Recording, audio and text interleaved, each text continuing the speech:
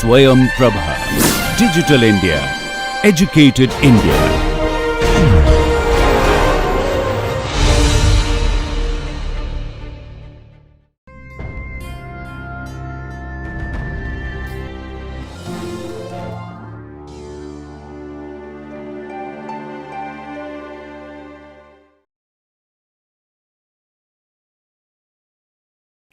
Hello, welcome to this session.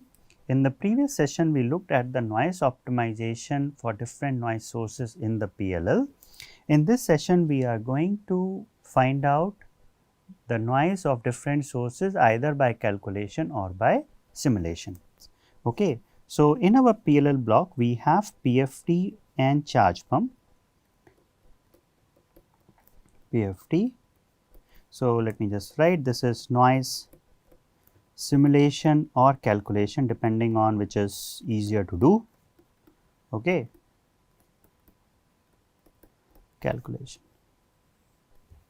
So, we have PFT plus charge pump and we know that the output of the charge pump is current ICP. Okay. This is your reference clock and then you have divided clock. So, first thing to understand is the following. Well, both of them are connected to VDD and ground. Okay, that this PFT plus charge pump block together, it is clocked at reference. Reference is a fixed clock. So, this is like a, we have seen this earlier, it is like a periodic system, it is sampled at reference frequency. Okay. Then, in the locked state of the PLL, if you are using a type 2 PLL, then ideally your reference and your divided clock will be aligned. It will be perfectly aligned with 0 phase offset. If that happens, then your up and down pulses which you are seeing here, these up and down pulses will have 0 error. Okay. And they will be on only during the overlap time for these reference and divided clock. So, up and down will have the pulses like this. Okay. This is locked state when there is 0 phase error and which it will be if there are no other non-idealities in the system. Now, what happens is that in your charge pump, the model which we have chosen so far is that you have a current source, forget about how this up and down are going to be interfaced in the end, but you have current sources, okay, both top and bottom, and these current and these are the switches, and these current sources are also realized using MOSFETs by the way. So, you will have a MOS current source like this, another MOS current source like this, and these are the current sources. And the switches we have, you will use MOS kind of switches. So, you have MOS switches here and you have MOS switches here. This is a very simplified model of the charge pump. Okay. Now, this is up bar and this is down. These are your bias potentials VBP and VBN. Now, consider the case when up bar here up is high for this much time and down is high for this much time, which means during this time T overlap or T reset I will call, this is like the okay, this is T overlap here. So, during this T overlap time, what is going to happen? This switch is on, this is also on, and the desired current will flow from top to bottom. Ideally, this is same ICP, and no current comes out of the charge pump. Okay. But when you have a MOSFET, it comes with its noise current also. We have seen some kind of modeling. So, with respect to the charge pump, you get the noise current, and each MOSFET will have its own noise current. So, I can call this IP1, this is IN1, By the way, your switches will also have equivalent noise current like this. Okay. The noise current density is same for the same current, but at any given instant of time, the noise current, the exact value of IP1 will be different from IN1. So, if I consider, let us not, it will become complicated, let us not consider the noise for the switches, but noise only for the current sources. So, you have IP1 coming from top and IN1 going to the bottom. So, the difference will flow as noise. So, the difference current IP1 by IN1, what is that current value? Because this is random, so I am just creating some kind of disturbance here. This current at any given time is going to be IP1 minus IN1. So, this noise current will flow.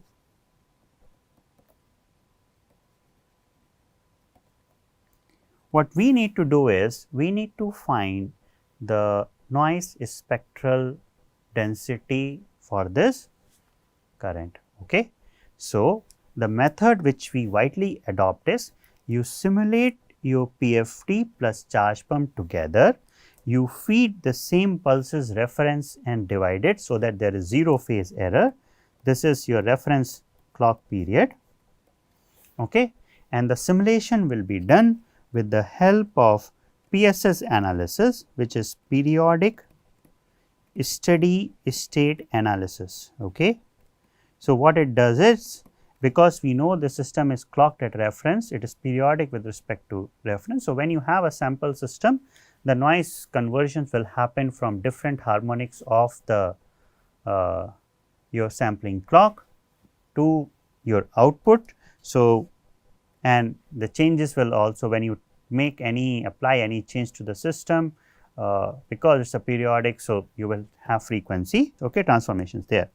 So, this is periodic steady state analysis. This is a simulation which you will do, right, periodic steady state analysis, and then you can do P noise analysis, which is a noise analysis for periodic system.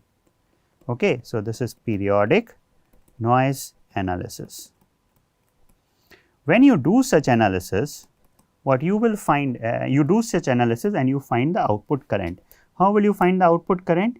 If I know that during regular operation of the PLL, there is some desired voltage which I would like to have at the output at control voltage.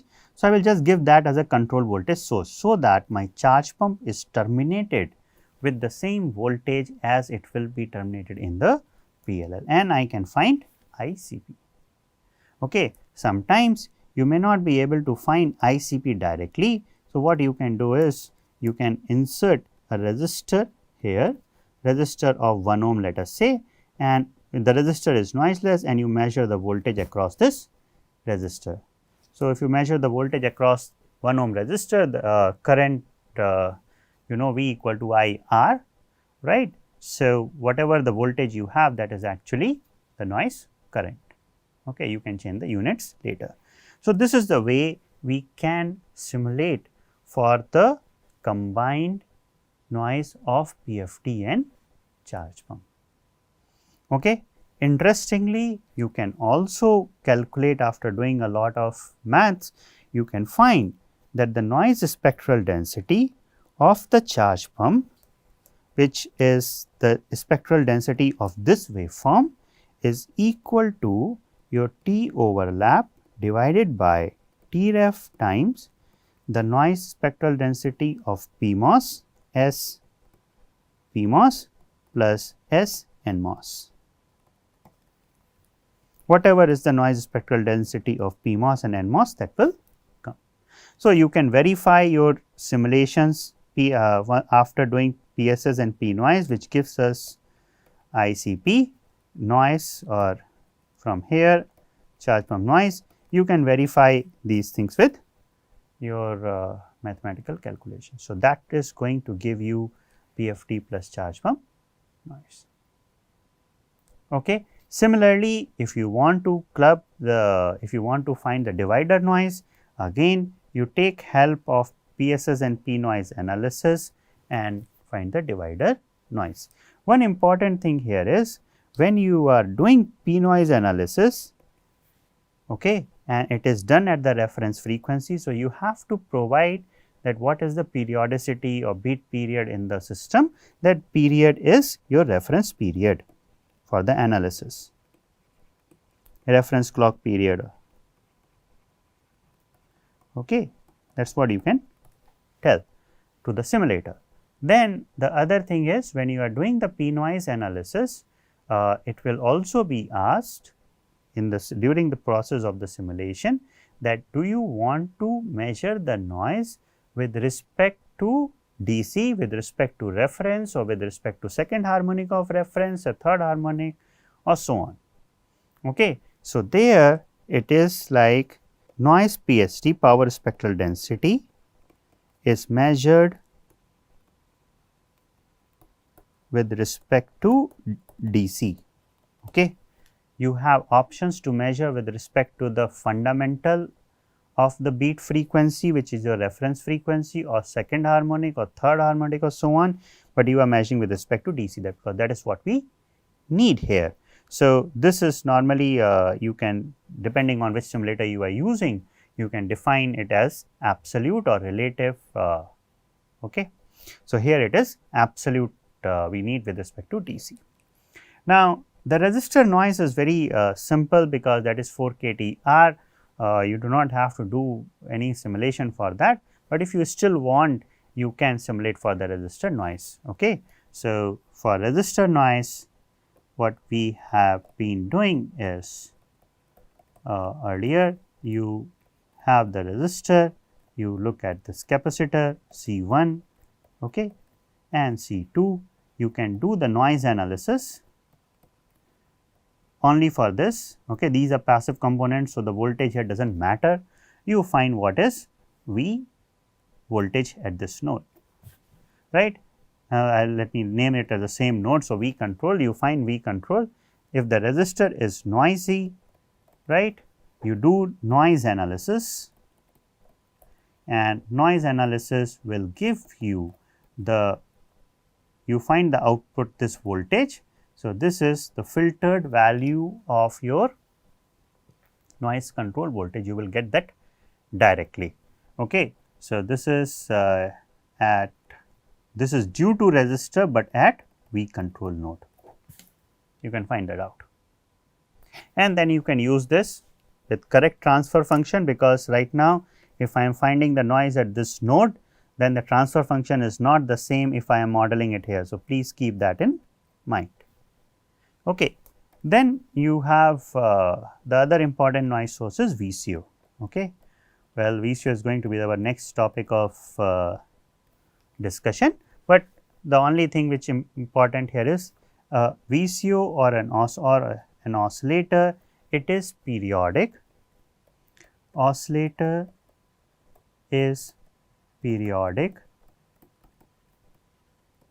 with its output period. Okay, it is not you cannot say that this is periodic with the reference frequency, because a standalone oscillator is periodic with its output clock period. So, since it is periodic in nature, you will again do PSS plus P noise analysis, and when you are doing PSS plus P noise analysis, just remember that the VCO is oscillating at certain frequency f oscillation, right. This is the spectrum of the VCO output, right. The noise which we are looking is like this. This is the noise which we are interested in.